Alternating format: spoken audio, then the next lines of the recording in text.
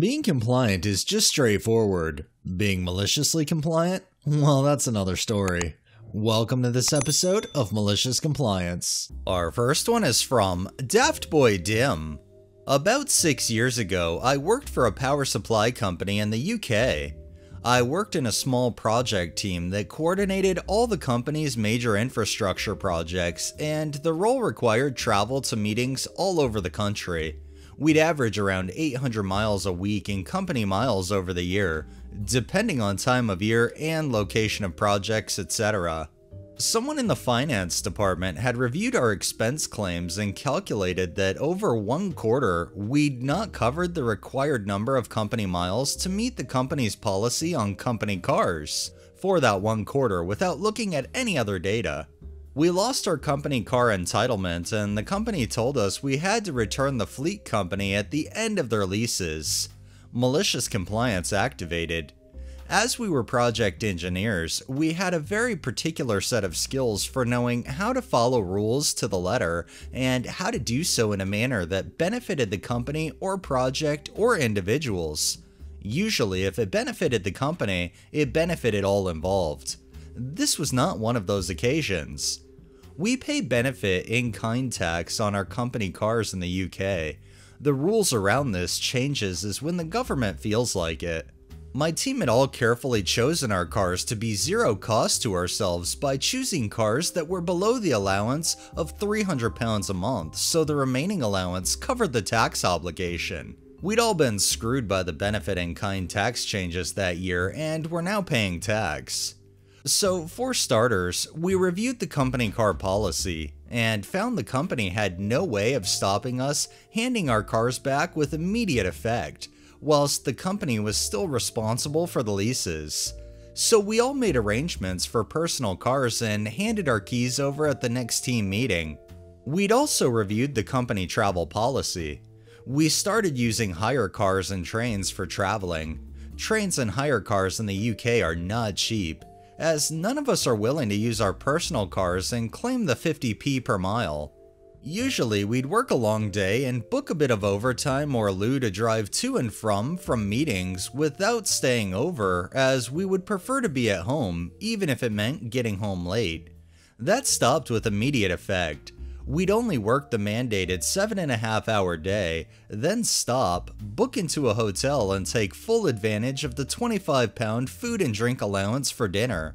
Then work from home the following day as we'd been away from home the previous day, as per the policy. After about 8 weeks, we were called into a meeting with our line manager and department manager about our expenses. Our expenses for the first month after the cars had been returned were more than they were for the previous 12 months combined. Our line manager agreed that our expenses were in line with the policy, otherwise he wouldn't have signed off on them. The department manager told us we were getting company cars back and he expected the expenses to return to previous levels. We declined the offer of company cars and let management know we'd be adhering to the level policy to the letter. It kinda cracks me up that they took away the cars because I'm guessing they deemed it a waste of money, but in the end they realized that not having those cars, they were out for more than they would have been with them. Way to maliciously comply though and follow that policy to a T. This next one is by Avocado Alternative. Several years ago, I worked at a healthcare company that occasionally sent its employees to annual health conferences. I went one year and spent $15 to check in all my luggage, bags, and coat. When I submitted that expense, my claim was rejected because I didn't have a receipt. When I tried to argue that they didn't provide receipts, I was shot down, so I paid the $15 out of pocket. The following year, I went to the same conference and wanted to avoid paying out of pocket, so I read the expense policy, which said that out-of-pocket expenses will only get reimbursed with proof of purchase. Of course, this implied a receipt, but since it didn't explicitly state it, I saw an opportunity for malicious compliance. When I went to get my coat and bags checked, I whipped out my phone and recorded the entire transaction. Me taking cash out of my wallet, handing it to the clerk, them taking my cash, and checking in my stuff. I even added a title card with Avocado Alternatives proof of purchase for bag check at conference on date. Thanks for watching outro, and added some corporate music on top of it. My manager thought it was hilarious. Since the expense software didn't take video files, I attached the video to an email and sent it off to the expense team. They asked if I had a receipt, and I replied that since they didn't give out receipts, I recorded video that complied with the proof policy. I ended up getting reimbursed with no further questions. If that's not thinking out of the box, then I don't know what is. It does make me wonder though if they went back and ended up changing that policy in any way to avoid potentially this incident in the future. This next one is from Green Egg Page. This is not my story, but was related by a friend. We'll name him John. He was an IT contractor for a company. When he got the gig, they initially dangled the contract to employment carrot, but never followed through. So after 5 years, he was still a contractor. His contract had provisions for annual increases, overtime, weekend and holiday rates, on-call, and fixed time off. All was well until he got a new boss. We'll call him Richard. Richard set about marking his territory and crapping on everything. He decided that John was going to become the permanent on-call person. He sends an email to that effect, to which John replies, "Sure, you have read my contract, right?" Richard fires back a not nice email explaining that John wasn't getting out of this. He was on call immediately, and that was that. On-call response time was 30 minutes from notification to being in the office. At the end of the month, John submitted his monthly invoice for 672 hours, 160 hours at regular rate, 80 hours at time and a half, 240 hours at double time, and 192 hours at weekend overtime rate, triple time.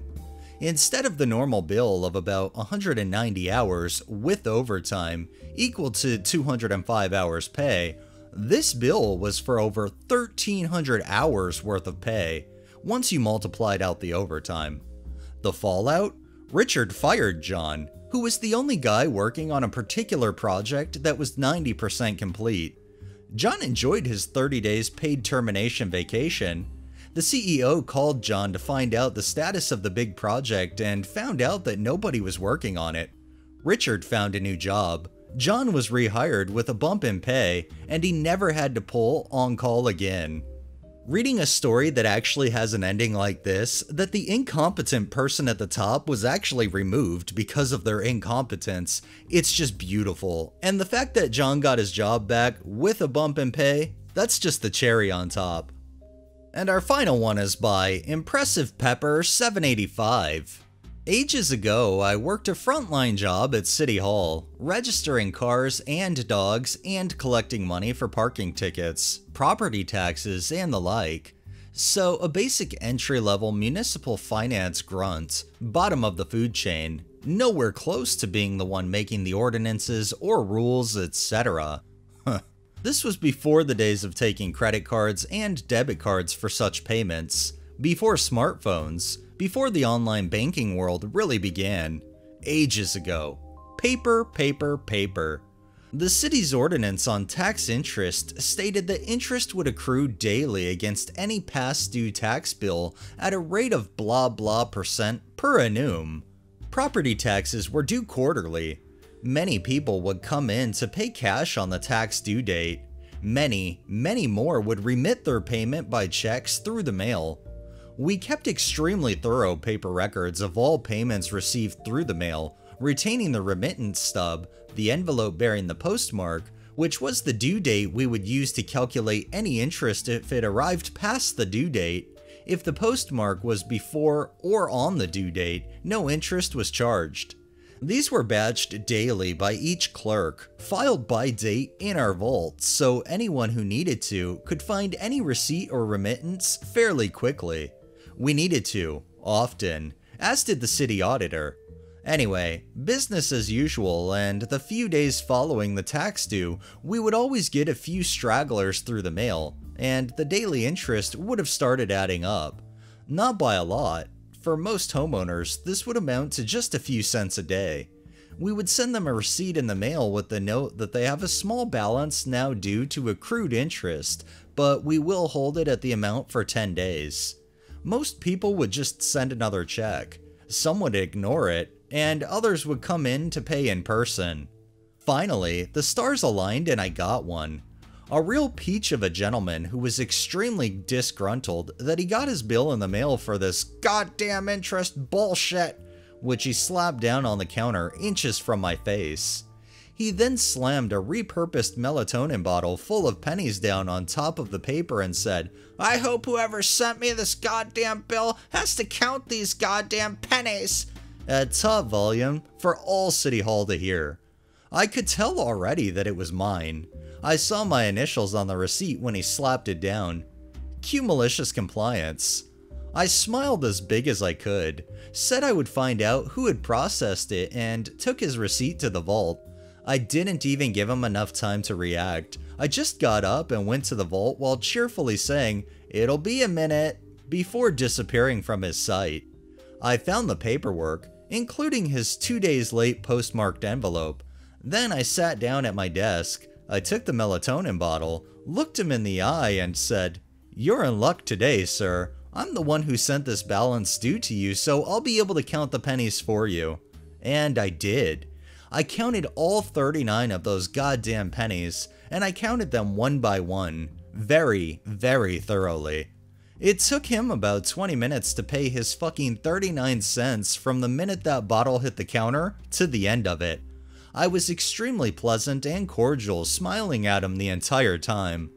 It was just fun at that point, so I kept pouring it on. Just so sweet. His face was practically purple by the end, and as he slunk out the door, without the smug satisfaction he was expecting when he slammed that melatonin bottle on my counter, I said, "Have a great rest of your day. Weather's beautiful." And it was. That's just beautiful. You gave him exactly what he wanted. He was hoping whoever sent that had to count the pennies themselves, and all you did was just comply to his wishes. I bet you he wasn't really expecting that. Alright, that's enough maliciousness for the day. Well, that wraps up this episode of Malicious Compliance. If you liked the video, please drop a like, share my content on all of your social media, subscribe if you haven't already, and make sure to hit that bell so you're notified every time I upload, and drop a comment down below. It really helps with the algorithm and helps new people find my channel. Thanks for watching, thanks to my patrons, have a great day and stay safe out there.